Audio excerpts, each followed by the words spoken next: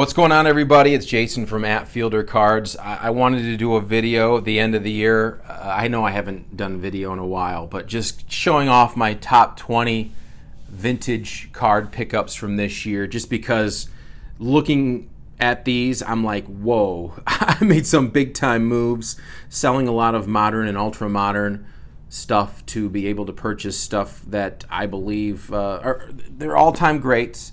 Some are guys who need more shine, like this guy, but just stuff that's rarer and historical. And I don't know, just when I visited the National this year and seeing what I saw there, it made me go, wow. And then you see the big dips too in all the modern and ultra modern cards over the last year, and you just go, man, long term, vintage is where it's at. And these cards are just so awesome. They just look amazing, and there's just not a lot of them, especially in higher grades. So I wanted to just show off my top 20 pickups. Most of these were made since the National. A couple of them were actually at the National. I'll try and make this not drag on too long. Maybe not many people will even watch this, but if you follow me on Twitter @Fielder Cards, you've seen all these before, I believe, throughout the year. But it's just cool to kind of look back and take stock of what you accomplished. And, that way you kind of figure out what your goals can be moving forward. So we'll start with number 20. This is a 1964 Topps Giants Frank Robinson in a PSA 9. This card was never on my radar. I just remember seeing it at an auction one night, and I thought it was really low. And I looked at comps, and first off, there aren't many PSA 9s of these, but I won the auction below comps. So or maybe it was just slightly above comps. That's what it was. It was slightly above comps, but I thought it was still way undervalued, and it's just so rare. He is an all-time great, probably top 20, top 25, maybe higher.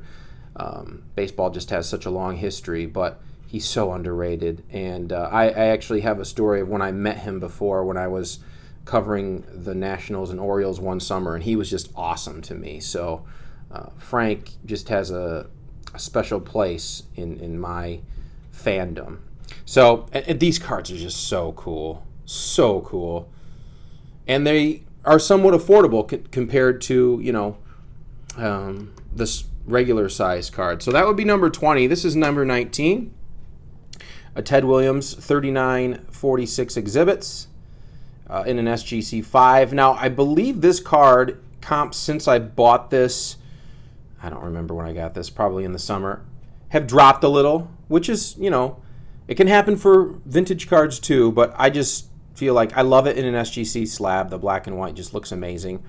And at the time, I think I got it at a good price. Picking up Teds, especially around those years, it's tough. They're expensive. But just a really, really cool card. As you'll see, there's a decent amount of the taller, bigger cards, which to me, for the most part, are more affordable because I think they're less desirable to regular collectors. But you'll see one card that is super rare and a rookie card that is not cheap at all. That's later down on the list. Another card, I'd say number 18 for me, is the 1963 Fleer Willie Mays in a BVG 7. I think buying Beckett graded cards, you get tons of value. I mean, this card looks amazing, so good. You got the subgrades, but because it's not in a PSA slab or an SGC slab, it's not as valuable, but it still looks amazing to me. So you'll see I have a couple of BVG cards because come on, man, they were the standard bearer for so long, but now it's PSA for whatever reason. Who knows what it'll be long term, but a set that I think is really cool and doesn't get much love is a 63 Fleer. And you're talking, to me, Mays, perhaps the greatest to ever play. Mays, Ruth, maybe at least all-around game you go Mays, but whatever. That debate's for a different video. So I would say what were we at? 2019, 18. Number 17 is a 1956 Topps Hank Aaron in a PSA 4.5. I love the 50s Topps. Just so good. And that's Willie Mays right there. That's a picture of Willie Mays, not Hank Aaron. So that's what makes this card even cooler. Picked this up earlier in the year. Probably has gone down, or maybe it's now risen back a little bit, because I bought this probably a few months after he died, and he had a big uptick, right when he passed. He was incredibly undervalued. I still kind of think he is, considering he is a top 5 all-timer. But let me think here. 3rd year Hank Aaron card was a pickup earlier this year.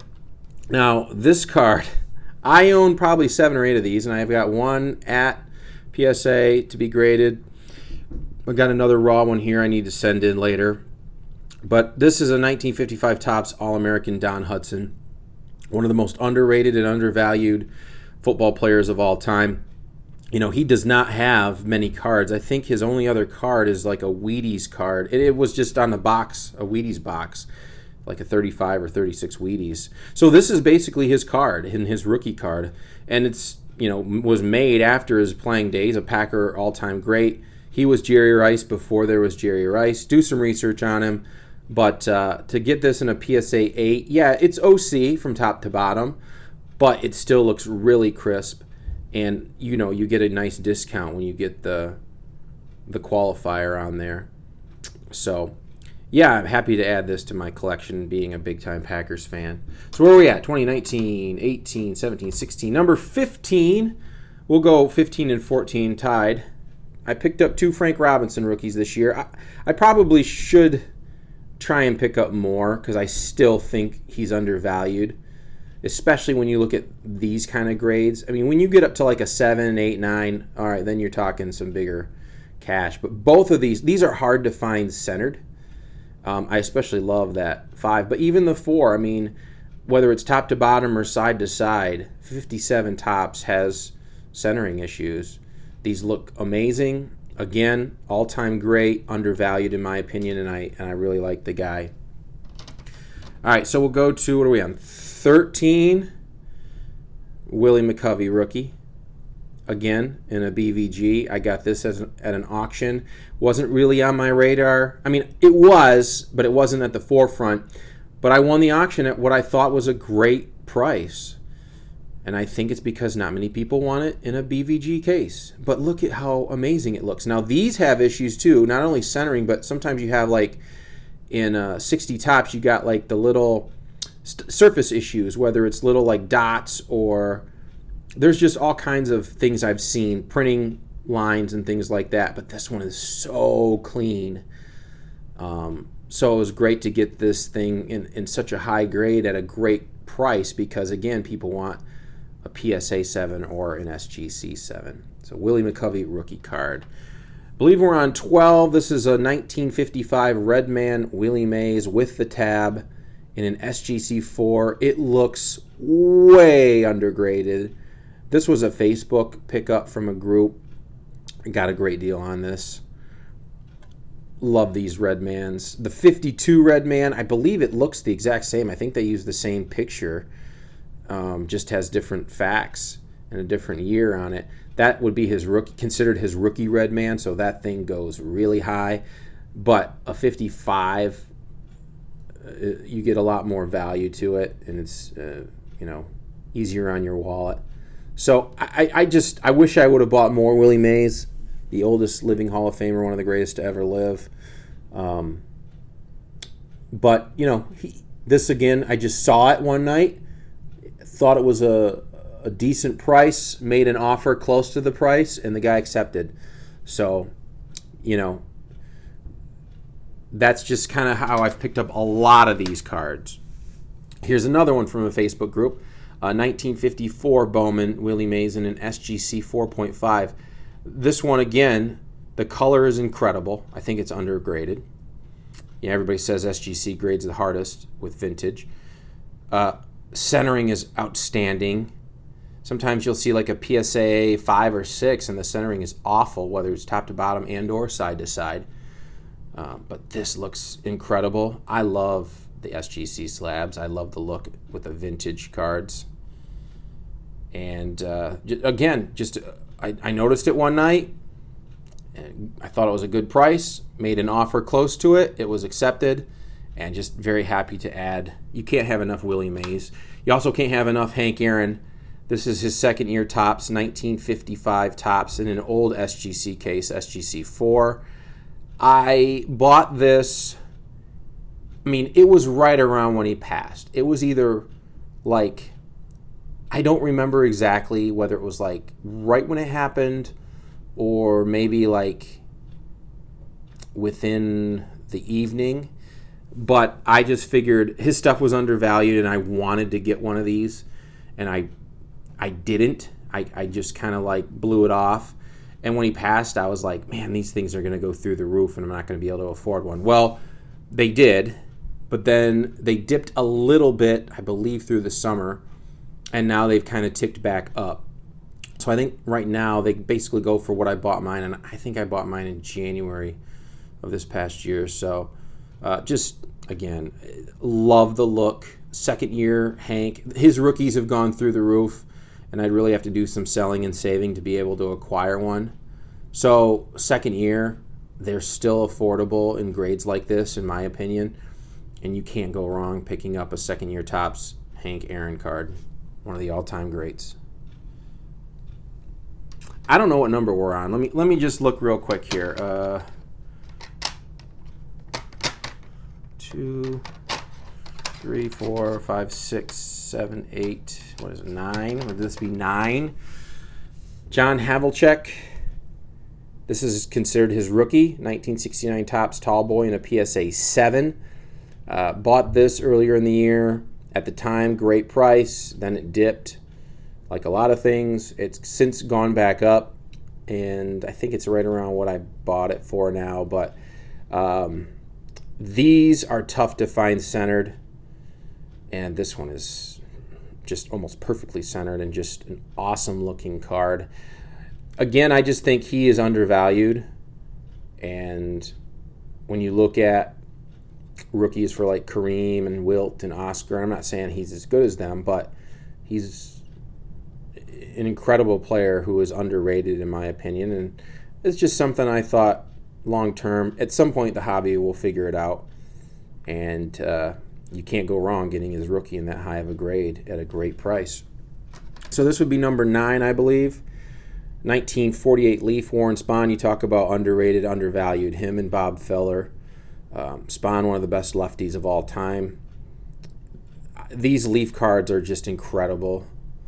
If you've ever seen them in person, the color just pops. I know he's got a... Oh, no, I believe this is his rookie, right? This or his Bowman. The Bowman's in black and white.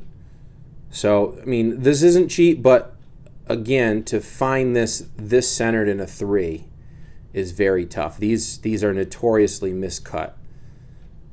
So, I got this from My Slabs. This might have even been one of my first My Slabs pickups.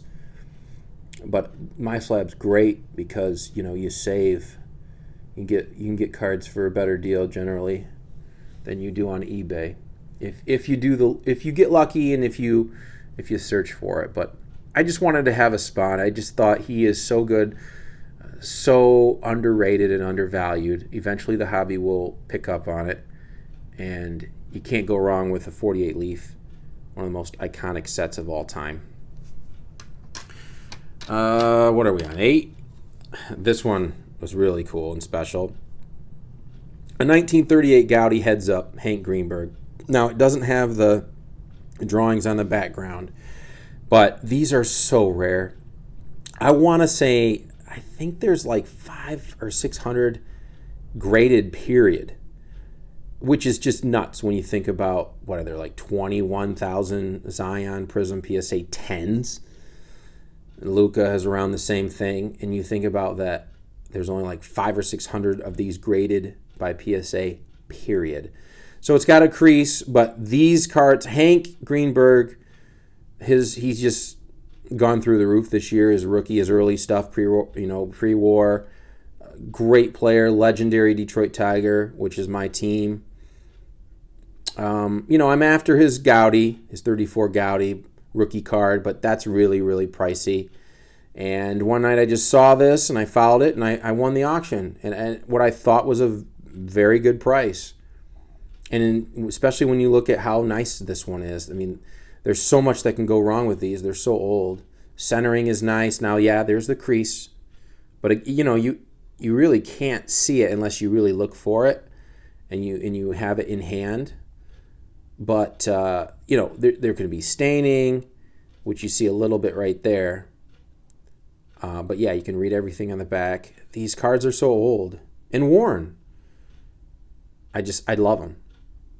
I love this stuff, and I'm just so happy to be able to have that card in my collection. This card I picked up at the National. I didn't even know it existed, but I was looking for rare vintage stuff at the National of Sandy Koufax, Hank Aaron, and William Mays. And this was the only one of these I saw, and I walked across the floor and made notes and was there for maybe two and a half days, I want to say. I found a vintage guy who had this thing, and we made a deal for it. If you don't know about Morel Meats, it's a regional issue in LA. The Dodgers have a team set for a few years, and these are just super rare, especially in that great of condition. The color is just incredible. The photography and the color is just insane on a 1961 card. And there you see the back. I think there's 100 of these graded, maybe. It's just super rare. Later in the year, I picked up a PSA 4 in a Facebook vintage group, and I since sold it at a profit just because I'm like, well, I don't need it. And I knew a Koufax collector on Twitter, and he was putting together the Bell brand and Morel Meats, the rare off-brand cards. And so I moved that one. But people don't understand. These oddball cards are so rare. And again, the hobby eventually will pick up on these. The value of these have to go up. They're just so rare. If you have the right player and the right grade, if you're a collector, you're going to want to own the rare stuff. So yeah, we're at 17 and a half minutes, and I've got I think we're in the top 5. Cool. We'll try and get this done quickly. Number 5 and number 4 is a tie. Sandy Koufax rookie cards. I think he's the second oldest living Hall of Famer, one of the greatest, most dominant pitchers of all time, career cut short due to injuries. This was on my list. I wanted to pick one of these up in 2021. And I think I got this one first, the BVG. Great price. It's so nice. It's centered. The color looks great. But since it's in a BVG, people don't want it as much as they would want a PSA. And the PSA 3s were like almost double the price of this at the time. So I'm like, why wouldn't I pick up this? And then that gave me enough money to later be able to pick up an SGC 3. A little OC from side to side, but still great color. Looks good. I got it at a great price. And you can't have enough of these. I mean, Sandy Koufax, Topps rookie cards.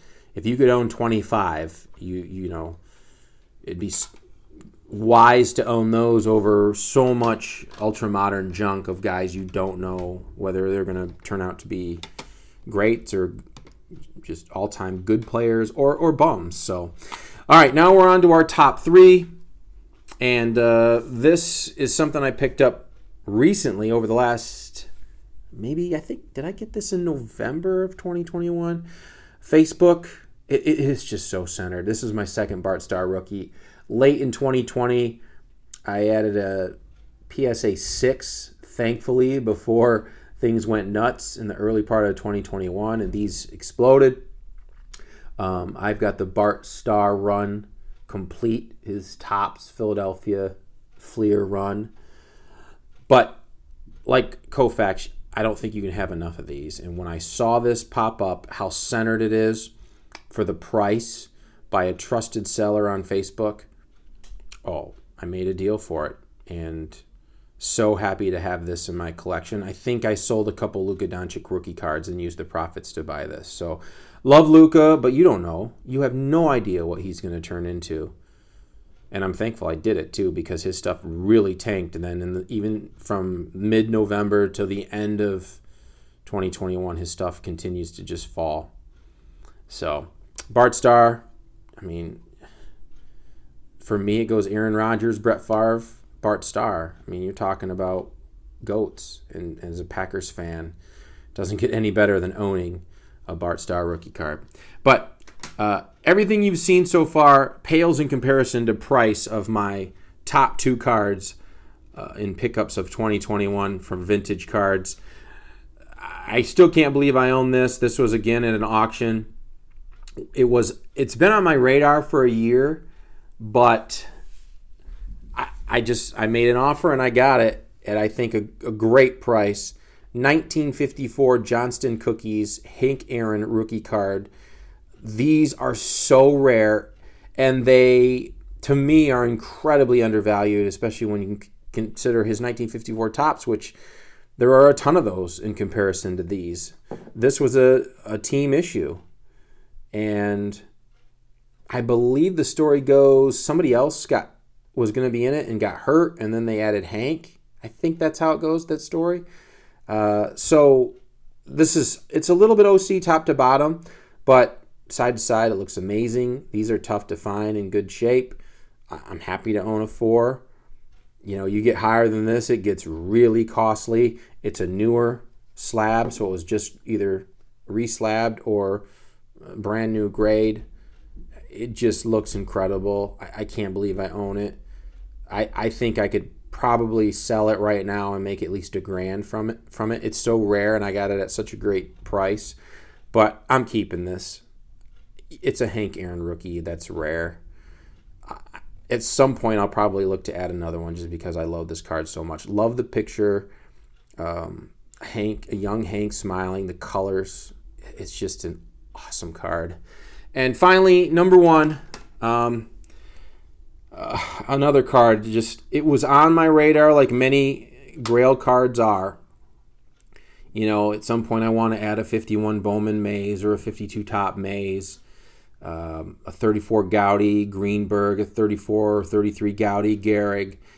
This card just popped up at a good price, and I made an offer and made a deal on eBay, of all places. By far the most expensive card I've ever purchased in my life, but I think he is undervalued. These are incredibly rare, and that is a 1951 Parkhurst Gordie Howe.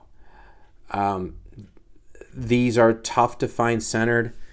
This has a little crease right, I don't know if you can see it.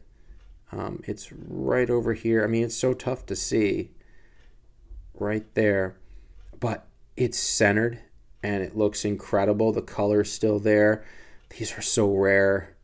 I can't remember whether it's like 500, 600 graded by PSA period. I mean, at most, I think it's 1,000 at most. I had the figure and I tweeted it out when I researched it, but I sold a bunch of Soto rookies and Doncic rookies and other things, and this is now the staple of my collection.